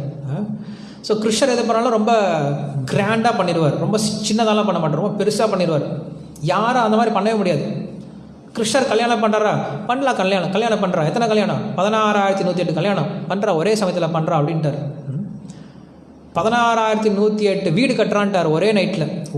எல்லோரும் வீடு கட்டிட்டார். ஒரே நைட்டில் எல்லா பெற்றோர்களையும் வர சொல்லிட்டாரு. அடுத்த நாள் ஒரே முகூர்த்தத்தில் ஒரே இடத்துல 16,108 உருவம் எடுத்துக்கிட்டு எல்லாத்தையும் ஒரே சமயத்தில் கல்யாணம் பண்ணிக்கிட்டார். ஸோ கிருஷ்ணர் எது பண்ணாலும் எக்ஸ்ட்ரீம் பண்ணுவார், சுப்ரீமாக பண்ணுவார். அவரை விட பெஸ்ட்டாக யாரும் பண்ண முடியாது. ஏன்னா அதுதான் முழுமுதற் கடவுள். கிருஷ்ணர் எது பண்ணாலும் பெஸ்ட்டாக பண்ணி காட்டுவார். அவரை விட யாரும் என்ன பண்ண முடியாது, இமிட்டேட் பண்ணி பார்க்க முடியாது, அவரை யாரும் நகல் பண்ண முடியாது. அந்த மாதிரி பண்ணுவார் கிருஷ்ணர் என்றைக்குமே தன்னுடைய காரியத்தை. என்ன சொல்கிறார், ஓகே இதுதான் பெரிய விஷயமா, இவங்களை காப்பாற்றிடலாமே அப்படின்னு சொல்லிட்டு குடுகுடுன்னு ஓடுறார். அந்த கோவர்தன மலை இருக்குது, ஒரு ஆட்டுறார், தூக்கிட்டார். பெருசெல்லாம் அங்கே ஒன்றும் சொல்லவே கிடையாது. பாகவதம், ஒரு சின்ன பையன் அங்கே மழை வந்துச்சுன்னா, நிறைய மழை வந்துச்சுன்னா அந்த காளான்லாம் முளைச்சிருக்கும். அந்த காளானை வந்து எவ்வளோ ஈஸியாக பிடிங்கி எடுத்துடுறானோ அந்த மாதிரி என்ன பண்ணார் கிருஷ்ணர், இந்த கோவர்தனத்தை ஒரே தூக்கிட்டாரான். கையில் பிடிச்சிட்டார், இடது கையில் தூக்கி தன்னுடைய சுண்டு விரலில் தூக்கி பிடிச்சி நின்றுருக்கார். அந்த கோவர்தனுக்கு மலையில் எப்படி இருக்குது அப்படின்னு சொல்லிட்டு அங்கே வர்ணனை கொடுக்குறாங்க. பொதுவாக வந்து ரொம்ப நாளாக ஒரு இடத்துல கல் இருந்துச்சு அப்படின்னா அந்த கல்லை தூக்கினா எல்லாருக்கும் உள்ளார் நிறைய புழு பூச்சி நிறைய அசிங்கமாக இருக்கும், பார்க்குறது அந்த இடம் ஒன்றும் க்ளீனாக இருக்காது. ஆனால் அந்த கோவர்தனத்தை தூக்கும் போது அந்த கோவர்தனத்துக்குள்ளார பார்த்தோம் அப்படின்னா ரொம்ப க்ளீனாகவும் ரொம்ப நீட்டாகவும், அங்கே உட்காரத்துக்கு இடம், அங்கே படுக்கிறதுக்கு இடம் போல் எல்லாமே ரொம்ப நல்லா அரேஞ்ச்மெண்ட்ஸோடு இருந்துச்சான். கிருஷ்ணோட அரேஞ்ச்மெண்ட்ஸ் அப்படி இருக்குது. ஸோ என்ன பண்ணுறாரு, அந்த கோவர்தன மலையை தூக்கி நின்றுருக்கார். எல்லோரும் ஆச்சரியமாக பார்க்குறாங்க. கிருஷ்ணா சொல்கிறார், உள்ளே வாங்க எல்லோரும் உள்ளே வாங்க, உங்களுடைய மாடு கண்ணு கூட்டி எல்லாம் தூக்கிட்டு வாங்க அப்படின்ட்டார். எல்லாத்தையும் உள்ளே கூட்டு வந்துட்டாங்க. எல்லாம் உள்ளே வந்துடுச்சிங்க. எல்லோரும் கோவர்தனுக்குள்ளே வந்து நின்றுட்டாங்க. நின்றுட்டு எல்லோரும் பார்த்துட்ருக்காங்களாம். ஒரு வார்த்தை கிடையாது. வெளியில் ஓன்னு மழை பெஞ்சிட்ருக்கு, ஆனால் உள்ளார ஒரு வார்த்தை கிடையாது. எல்லோரும் வேடிக்கை பார்த்துட்ருக்காங்களாம். எல்லாம் குரூப்பாக உட்காந்துடுச்சிங்க. பெரியவங்களாம் ஒரு குரூப்பு, பெண்கள்லாம் ஒரு குரூப்பு, சின்ன குழந்தைங்களில் ஆம்பளை பசங்கள்லாம் ஒரு குரூப்பு, பொண்ணுங்கள்லாம் ஒரு குரூப்பு, அப்புறம் பசுமாடெலாம் ஒரு குரூப்பு. எல்லாம் குரூப்பாக உட்காந்துட்டு பார்த்துட்ருக்கான். இந்த பெரியவங்களாம் இருக்காங்களே அவங்களாம் பேசிக்கிறாங்களாம், எப்படி தூக்க முடியும் கிருஷ்ணனால்? 7 வயசு பையனால் எப்படி மலை தூக்க முடியும்? அவன் கேட்குற கேள்வி, 7 வயசு பையனால் எப்படி மலை தூக்க முடியும்? அப்படின்னா 14 வயசு ஆச்சா தூக்க முடியுமா என்னன்னு தெரில. அவங்க அப்படியே நினச்சிட்டு இருக்காங்களா என்னமோ. 7 வயசு தூக்க முடியாது, மேபி 14 வயசு தூக்க முடியுமோ? 7 வயசில் எப்படி தூக்க முடிஞ்சுது? இன்னொருத்த சொல்கிறாரு, என்னால் தூக்க முடியலையே, நான் எப்போ இந்த மாதிரி தூக்கி பார்த்தது கிடையாது. ஆமாம், நம்ம இருக்கும்போது எப்படிங்க எப்போ வந்து இந்த மாதிரி மழை பெஞ்சிச்சு அப்படின்னு ஒருத்தர் சொல்கிறார். ஒரு கோப்பா சொல்கிறார். இன்னொரு கோப்பா சொல்கிறார், அதான் மழை பெஞ்சிச்சு இப்போ தூக்கி பாரு அப்படின்னு இன்னொரு சொல்கிறார். எப்படி தூக்க முடியும் அவரால்? அது வந்து கோபர்கள்லாம் பேசிகிட்டு இருக்காங்க. அங்கே இருக்கக்கூடிய கோபியர்கள்லாம் பேசுகிறாங்க, அச்சோ கிருஷ்ணோட சின்ன சுண்டு வரலை தூக்கிட்டு இருக்கானே, எவ்வளோ வலிக்கும்னு தெரியலையே, எவெல்லாம் தூக்கி நின்றுட்டே இருப்பான், இப்படியே தூக்கி நின்று இருந்தால் அவனை எப்போ சாப்பிட்றது, கிருஷ்ணருக்கு பசிக்காதா அப்படின்னு சொல்லிட்டு கோபியர்கள்லாம் வந்து கிருஷ்ணரை பற்றி கவலைப்பட்டு இருக்காங்களாம். இந்த பசங்களாம் இருக்காங்க இல்லையா, அவங்களாம் சொல்கிறாங்களே, கிருஷ்ணா சும்மா என்ன இடத்துக்கு தூக்கி பிடிச்சி நின்று இருக்க, கொஞ்ச நேரம் வச்சுட்டு வாடா விளாட்லாம், நம்ம கொஞ்ச நேரமாக விளாட்லாம் அப்படின்னு சொல்கிறாங்க. வச்சுட்டு வந்தால் மழை கீழே விழுந்துட்டா, அது ஒன்றும் பிரச்சனை இல்லை, நாங்கள் முட்டு கொடுத்துட்டோம். அவங்க என்ன பண்ணுறாங்க, அந்த பசுமாடு மேற்கூடிய குச்சி இருக்கு இல்லையா, அந்த குச்சி எல்லாத்தையும் சுற்றி வச்சுருக்காங்களா, அந்த மலையை சுற்றி வச்சுருக்காங்களா. பாடுற கிருஷ்ணா நாங்கள் முட்டு கொடுத்துட்டோம், அந்த முட்டில் நின்று போயிடும், நீ வா விளாட்லாம், நம்ம வா விளாட்லாம் அப்படின்னு சொல்லி கூப்பிட்றாங்களாம். கிருஷ்ணர் லைட்டாக விட்டாரா, அந்த எல்லாம் குச்செல்லாம் உடஞ்சி விழுந்துருச்சான். ஸோ அவங்க இந்த மாதிரி என்ன பண்ணுறாங்க, அந்த கோபியர்கள்லாம் கிருஷ்ணரை பார்த்துட்டு இருக்காங்க. கோபியர்களுக்கு ஒரு பேச்சு கிடையாது. ஏன்னா கோபியர்களுக்கு தான் இருக்க ரொம்ப சந்தோஷம். ஏன்னா கிருஷ்ணரை பார்க்கணும் அப்படின்னு ரொம்ப கஷ்டம். கிருஷ்ணர் எங்கேயாவது வெளில பசுமாடு மேய்க்க போனார் அப்படின்னா வெளில போகும்போது பார்க்க முடியும், வரும்போது பார்க்க முடியும், அவ்வளோதான். அதுக்கப்புறம் பார்க்க முடியாது. இங்கே தான் என்ன ஆகிடுச்சு, ஒரு 7 நாள் 7 பகல் 7 இரவு ஒரு பிரச்சனையும் கிடையாது, ஒரு தொந்தரவும் கிடையாது, யாரும் எதுவும் சொல்ல மாட்டாங்க. முழுசாக பலாப்பழம் மாதிரி என்ன பண்ணுறாரு கிருஷ்ணர் அப்படியே பார்த்துட்டு நிற்கிறாங்களாம். அவங்களுக்கு ஒரு வார்த்தை கிடையாது. ஸோ இந்த 7 நாள் என்ன ஆனது, ஒருத்தருக்கும் ஒன்றுமே தெரியல. இது பகலா இரவா, நம்ம சாப்பிட்டோமா தூங்கினோமா, பசிக்குதா, நம்மளுக்கு உடம்பு டயர்டாக இருக்கா, ஒன்றும் தெரியல. என்ன பண்ணுறாங்க, 7 நாள் உட்காந்து அப்படி பார்த்துட்ருக்காங்களாம் கிருஷ்ணர். ஸோ அப்படி பார்த்துட்டு இருக்கும்போது அப்போ அந்த 7 நாள் முடிய போகுது. 7 நாள் முடிஞ்ச பின்னாடி அதுக்கப்புறம் இந்திரன் நினச்சிட்டு இருக்காங்க, சரி கோவர்தனில் நம்ம இந்த மாதிரி அமைச்சு வச்சுருக்கோம், மலை அமைச்சு வச்சுருக்கோம், விருந்தாவனம் எல்லாம் அழிஞ்சிருக்கும் அப்படின்னு சொல்லிட்டு பார்க்கலாம் அப்படின்னு சொல்லிட்டு பார்க்க வரணும். பார்க்க வந்தான்னா இங்கே விருந்தாவனத்தில் ஒரு வயசான பாட்டிக்கு கூட ஒரு ஜலதோஷம் கூட பிடிக்கலையாம், ஒருத்தருக்கு ஒரு காய்ச்சல் கூட வரலையாம். அங்கே செவுத்தில் தட்டி வச்சிருந்த வரட்டி கூட அங்கே என்ன ஆகலையா, ஈரமாகலையா. அங்கே ஒரு ஊறுகாய் கூட என்ன ஆகலையா, புளிச்சு போகலையாம். எல்லாம் எப்படி இருந்துச்சோ அப்படியே இருந்துச்சான். ஏன்னா ஏதாவது சின்ன ஒரு மாற்றம் வந்திருந்தால் கூட இந்திரன் சொல்லிடுவானா, பார்த்தியா நான் செஞ்சிட்டேன் பார்த்தியா அப்படின்னு சொல்லுவானா. ஸோ எல்லாமே பகவானோட இச்சை இருந்தால் தான் எதுவுமே நடக்கும், இந்திரனோட இச்சையில் எதுவும் நடக்காது. ஸோ அதை காட்ட விரும்புகிறாரு அந்த விருந்தாவனத்தில். இந்த விருந்தாவனத்தில் நான் தான் ராஜா, நான் நினச்சாதான் இந்த விருந்தாவனத்தில் எதையும் பண்ண முடியும், அதனால் உன்னால் ஒன்றும் இங்கே பண்ண முடியாது, உன்னுடைய ராஜ்யம் கிடையாது அப்படின்னு சொல்லிட்டு அங்கே இந்திரனுக்கு வந்து காட்ட வராராம் கிருஷ்ணர். ஸோ அதான் அங்கே சொல்கிறாங்க. ஸோ கிருஷ்ணன் என்ன பண்ணுறாரு, எல்லாத்தையும் அப்படி வச்சுருக்காரு. வெளியில் கிருஷ்ணரை பார்த்து இவங்களுக்கு சலிக்கவே கிடையாது. ஆனால் வெளியில் என்ன ஆகிடுச்சு, மேகம்லாம் வெளுத்து போயிடுச்சான். மேகத்தை இனிமேல் சக்தியே கிடையாது மழை பொழியறதுக்கு, எல்லாம் வெளுப்பை போயிடுச்சு. ஸோ கிருஷ்ணர் பார்க்குறாரு, வெளில மழை நின்று போயிடுச்சு, வெளில போகலாமே அப்படின்னு சொன்ன பின்னாடி அப்புறம் மெதுவாக எல்லோரும் வெளில வராங்களாம். வெளில வந்த பின்னாடி அங்கே அப்போ தான் என்ன பண்ணுறாரு, கிருஷ்ணன் அந்த கோவர்தன மலையை கீழே வச்சுட்டு வெளில வரார். வெளில வந்தோடனே இவ்வளவு பெரிய ஒரு காரியம் பண்ணியிருக்கார், ஸ்வயம் பகவான் அப்படிங்கிற விஷயத்தை நிரூபணம் பண்ணியிருக்கார். ஆனால் அங்கே இருக்க ஒருத்தர் கூட இவர் பகவான் அப்படிங்கிற விஷயம் ஞாபகம் வரலையா. உடனே வந்து யசோதா என்ன பண்ணுறாங்களா, கூட்டிகிட்டு வந்து உட்கார வச்சு, கிருஷ்ணா அவனை கை வலிக்குதா அப்படின்னு சொல்லி கை பிடிச்சி விட்றாங்களாம். இன்னொரு கோபி, கிருஷ்ணா நீ ரொம்ப நாளாக சாப்பிடாமல் இருக்க, வெண்ணெய் சாப்பிடு அப்படின்னு சொல்லிட்டு ஒரு கோபி வெண்ணெயை கொடுக்குறாங்களாம். உடனே அந்த யசோதா சொல்கிறாங்களாம், எப்போ பார்த்தாலும் இவனுக்கு இதே வேலையாக போச்சு, ஊரில் வேறு ஆம்பளைங்களே கிடைக்காதா, பிரச்சனை வந்துச்சுன்னா என் பையன் தான் தூக்கணுமா, மலையை தூக்குறது பாம்பு அடிக்கிறது, இதுதான் என் பையனுக்கு வேலையா இந்த ஊரில் ஆம்பளைங்களே இல்லையான்னு சொல்லிட்டு அங்கே ஒரு கோபி சொல்லிட்டு இருக்காளாம். ஸோ அப்படி என்ன பண்ணுறாங்க, எல்லாரும் இந்த மாதிரி கிருஷ்ணரை புகழ்ந்து அவருக்கு வந்து அவ்வளோ சேவை பண்ணும்போது கிருஷ்ணர் நினைக்கிறாரா, நான் மலைத்து கொண்டு ஒரு பெரிய ஆச்சரியம் கிடையாது, இவ்வளோ பெரிய ஒரு விஷயம் காட்டினாலும் இவங்க யாருமே என்னை பகவான் நினைக்காம என் மேலே இவ்வளோ அன்பு காட்டுறாங்க இல்லையா, இதுதான் ஆச்சரியம். ஸோ அந்த பிருந்தாவன வாசிகளுக்கு என் மேலே இருக்கக்கூடிய அன்பு இருக்கு இல்லையா, இந்த அன்பு தான் எனக்கு பெரிய ஆச்சரியத்தை கொடுக்குதே தவிர இந்த மலையை தூக்குறது ஒரு பெரிய ஆச்சரியம் கிடையாது அப்படின்னு சொல்லிட்டு கிருஷ்ணன் அங்கே நினைக்கிறாராம். ஸோ அந்த வந்து இந்த இந்திரன் பார்க்குறான். பார்த்த பின்னாடி அப்போ தான் அவனுக்கு புரியுது, நம்ம பெரிய தப்பு பண்ணிட்டோம், அதுக்கு என்ன பண்ணலாம், மன்னிப்பு கேட்டாகணும். ஸோ மன்னிப்பு கேட்டாங்கன்னா கிருஷ்ணன் என்ன பண்ணுறாரு, கரெக்டாக அதுக்கு தகுந்த மாதிரி கோவர்தன் மலைக்கு மேலே போயிட்டார். மலைக்கு மேலே போய் வெயிட் பண்ணிட்டு இருக்காரு, பேட்டி கொடுக்கணும் இல்லையா. அப்போ இந்திரன் வருவான், அவனுக்கு பேட்டி கொடுக்கணும். ஸோ நீங்கள் கோவர்தனை போனீங்கன்னா கூட அங்கே பேட் துவாரக்கான்னு ஒன்று இருக்கும், பேட் துவாரகா அப்படின்ட்டு. பேட் துவாரகா அப்படின்னு என்னது, கிருஷ்ணனுடைய ராஜசபை. அது பேட்டி கொடுக்குறது, யாராவது மக்கள் யாராவது பார்க்க வந்தாங்கன்னா அவங்களுக்கு பேட்டி கொடுக்கறதுக்காக தான் இருக்கிறது தான் பேட் துவாரகா அப்படின்னு சொல்கிறோம். ஸோ அந்த மாதிரி என்ன பண்ணுறாரு, கிருஷ்ணர் மேலே போய் கோவர்தன் மலை மேலே உட்காந்துட்டார், பேட்டி கொடுக்கறதுக்காக உட்காந்துக்கிறார். ஸோ அங்கே இந்திரன் வரான், வந்து நமஸ்காரம் பண்ணுறான். நமஸ்காரம் பண்ணிவிட்டு கூனி குறுகி நிற்கிறான். என்ன சொல்கிறதுன்னு அவனுக்கு தெரியல. அவனுக்கு அங்கே அகங்கார பங்கம் ஆகிடுச்சு. மன்னிப்பு கேட்குறான், கிருஷ்ணா என்னை மன்னிச்சிக்கோ, நான் தெரியாமல் என்ன பண்ணிட்டேன், என்னுடைய அகங்காரத்தினால உங்களை வந்து நான் பரிசோதனை பண்ணிட்டேன் அப்படின்னு சொல்கிறார்.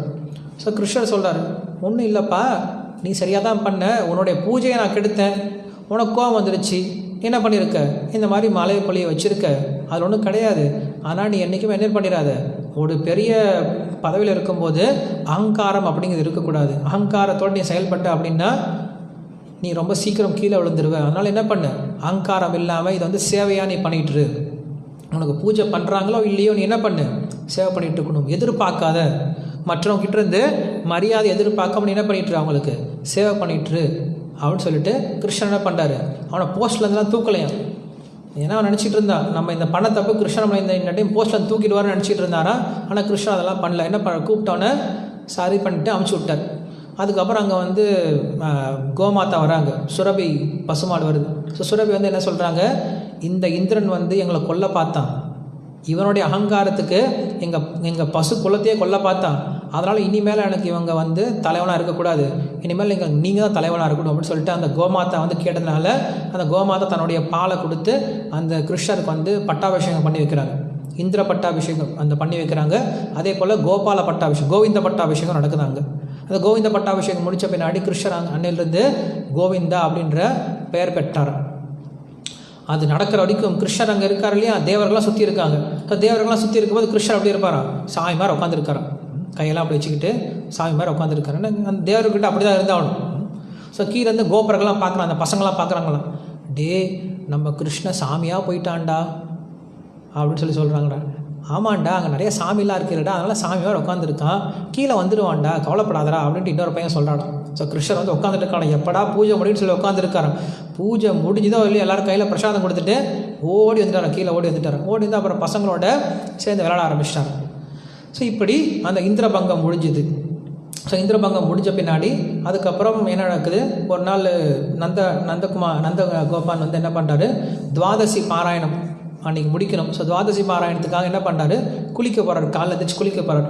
ஸோ குளிக்க போகிறதுக்கு முன்னாடி அவர் என்ன பண்ணிட்டாரு, கொஞ்சம் முன்னாடியே போயிட்டார். குளிக்கக்கூடிய சமயத்துக்கு, அதாவது மனிதர்கள் குளிக்கக்கூடிய சமயத்துக்கு முன்னாடியே போய் அந்த யமுனையில் போய் இறங்க போயிட்டார். ஸோ அப்படி இறங்கக்கூடாது. அப்படி இறங்க போனதுனால என்ன ஆகிடுச்சு, அங்கே இருக்கக்கூடிய அந்த வாயுவினுடைய காவலாளி என்ன பண்ணுறாங்க, நந்தகோபனை இழுத்துட்டு போயிட்டு வாயு கிட்ட போய் வாயு தேவன்கிட்ட ஒப்படைச்சிட்டாங்க. எல்லாரும் தொலைவை பார்த்தா கிடைக்கல. ஸோ கிருஷ்ணருக்கு தெரியும் என்ன நடந்திருக்கு அப்படின்னு சொல்லிட்டு. ஸோ கிருஷ்ணன் என்ன பண்ணுறாரு, அந்த வாயுதேவன் கிட்ட போகிறாரு. வாயுதேவன் அங்கே வந்து நமஸ்காரம் பண்ணி கிருஷ்ணன் நிறைய பூஜையெல்லாம் பண்ணி அங்கே வரவேற்று அதுக்கப்புறம் நந்த மகாராஜா கொடுத்து அனுப்புகிறார். நந்த மகாராஜா நினைக்கிறார், நம்ம பையனுக்கு எவ்வளவு சக்தி இருக்குது, நம்ம பையன் எவ்வளோ ஒரு சக்தி வாய்ந்த நபராக இருக்கார், தேவர்கள் கூட அவங்களுக்கு பயப்படுறாங்களே அப்படின்னு சொல்லிட்டு நினச்சிட்டு வந்து என்ன பண்ணுறாரு, அங்கே பிருந்தாவனவாசிகள் எல்லாருக்கிட்டையும் சொல்கிறார் என்ன நடந்துச்சு அப்படின்ட்டு. அதுக்கப்புறம் அங்கே இருக்கக்கூடிய எல்லா கோபர்களும் கேட்குறாங்களா, உங்கள் பையனை பார்த்தா சாதாரண பையன் மாதிரி தெரியலையே, ஏன்னா சாதாரண பையனால் இப்படிலாம் நடந்துக்க முடியாது, நம்ம ஆரம்பத்துலேருந்து பார்க்குறோம் எத்தனை அசுரர்களை கொண்டு இருக்கான், எத்தனை விதமான ஆபத்துகள் வந்தாலும் உங்கள் பையனுக்கு ஒன்றும் ஆகலை இல்லையா, என்ன காரணம் அப்படின்னு சொல்லி கேட்கும்போது அப்போ சொல்கிறாரா நந்த மகாராஜ் சொல்கிறாரா, சரி நீங்கள் கேட்டதுனால நான் சொல்கிறேன், என்ன ஆச்சுன்னா நான் வந்து பேர் வைக்கும்போது அங்கே எங்களுக்கு கர்காச்சாரியா சொன்னார், கர்கமணி சொன்னார், இந்த பையன் சாக்ஷாத் நாராயணனுடைய அவதாரம் அப்படின்னு சொல்லியிருக்காரு. அது என் மனசில் இருந்துச்சு. ஆனால் நான் வெளில சொன்னேன்னா நீங்கள் என்ன நினைப்பீங்க, அவன் பையனை பீத்திக்கிறானாக்கும், அவன் பையனை வந்து நாராயணன்னு சொல்லிட்டு அவனே தன்னோட பையனோட பெருமையை பேசிக்கிறான் அப்படின்னு சொல்லிட்டு நீங்கள் நினச்சிடுவீங்க. அதனால என்னுடைய கிருஷ்ணரை பற்றி நான் இன்றைக்கி சொன்னது கிடையாது. இப்போ நீங்கள் கேட்டதுனால சொல்கிறேன், அவன் சாக்ஷாத் நாராயணனாக இருப்பார் அப்படின்னு சொல்லிட்டு நினைக்கிறாங்களாம். வெளில பார்த்தா நாராயணனா தோணுது. ஆனால் கிருஷ்ணர் ஒன்ஸ் முன்னாடி வந்துட்டார் அப்படின்னா எல்லாத்தையும் மறந்து போயிட்டு இது என் பையன், இது என்னுடைய பையன், இது என்னுடைய கிருஷ்ணர் தான் சொல்லிட்டு கட்டி பிடிச்சிக்கிட்டு அவரை முத்தம் கொடுக்குன்னு தோணுமா, அவர்கிட்ட கொஞ்சம்னு சொல்லி தோணுமா. ஸோ அதுதான் அந்த கோவர்தன வாசிகளுடைய மிக உயர்ந்த நிலைமை, விருந்தாவன வாசிகளுடைய மிக உயர்ந்த பக்தி. பக்தி அப்படிங்கிறது முதல்ல அவங்களுடைய உயர்தன்மையை பார்த்து வரும். போக போக என்ன ஏற்படும், அந்த பக்தியை வந்து அதிகமாக அதை வந்து என்ன ஆயிரும், அந்த பக்தியானது அன்பாக மாற ஆரம்பிச்சது. ஸோ கிருஷ்ணன் சொல்கிறார், அந்த பகவத்கீதை சொல்கிறார், அகம் சர்வஸ்ய பிரபவா மத்த சர்வம் பிரவர்த்ததே இதி மத்வா பஜந்தே மாம் பூதா பாவ சமன்விதான்னு சொல்லி சொல்கிறார். அகம் சர்வஸ்ய பிரபவா, இந்த உலகத்தில் இருக்கக்கூடிய எல்லாத்துக்கும் சொந்தக்காரன் நான். அந்த அகம் சர்வஸ்ய பிரபவா மத்த சர்வம் பிரவர்த்ததே, என்கிட்ட தான் எல்லாமே தோன்றிருக்கு. இதி மத்வா, யார் ஒருத்தர் இதை தெரிஞ்சுக்கிறாரோ, இதி மத்வா பஜந்தே மாம், அவன் என்ன வழிபட ஆரம்பிக்கிறான், எனக்கு பஜனை பண்ண ஆரம்பிக்கிறான். எப்படி? பூதா பாவ சமன்விதா, புத்தியோடையும் பாவத்தோடையும் எனக்கு வழிபட ஆரம்பிக்கிறான். பாவம் அப்படின்னா அன்போட வழிபட ஆரம்பிக்கிறான். ஞானிகளுக்கு இது ரொம்ப கஷ்டம். ஞானிகளால் இந்த நிலைமைக்கு வர்றது ரொம்ப ரொம்ப கஷ்டம். கிருஷ்ணர் சொல்றார், பகுநாம் ஜென்மனாமந்தே ஞானவான் மாம் பிரபத்தியதே வாசுதேவ சர்வமிதி சமஹாத்மா சுதுர்லபான்னு சொல்லி சொல்றார். ஞானிக்கு இந்த நிலைமை அடையிறது ரொம்ப ரொம்ப கஷ்டம். ஆனால் பக்தனுக்கு ரொம்ப எளிமையாக அடைஞ்சலான்னு சொல்லி சொல்றார். தேஷாம் அகம் சமுத்தர்த்தான்னு சொல்லி சொல்றார். அது மட்டும் இல்லை, மச்சித்தா மத்கத பிராணா, யார் ஒருத்தன் என்னை வழிபடுறானோ அவனுக்கு என்னை வந்து சேர்றதுக்கான ஞானத்தை நானே கொடுக்குறேன்னு சொல்லி சொல்கிறார். ஸோ அப்படி கிருஷ்ண பக்தி பண்ணுறக்கூடிய அந்த தூய பக்தி தொண்டு பண்ணுறவங்களுக்கு ரொம்ப எளிமையாக கிடச்சிடும். மற்ற வழிமுறையில் வரவங்களுக்கு ரொம்ப ரொம்ப கஷ்டம் அப்படின்னு சொல்லி சொல்கிறார். ஸோ இது வந்து நம்மளுக்கு கோவர்தன நிலை. நாளைக்கு நம்ம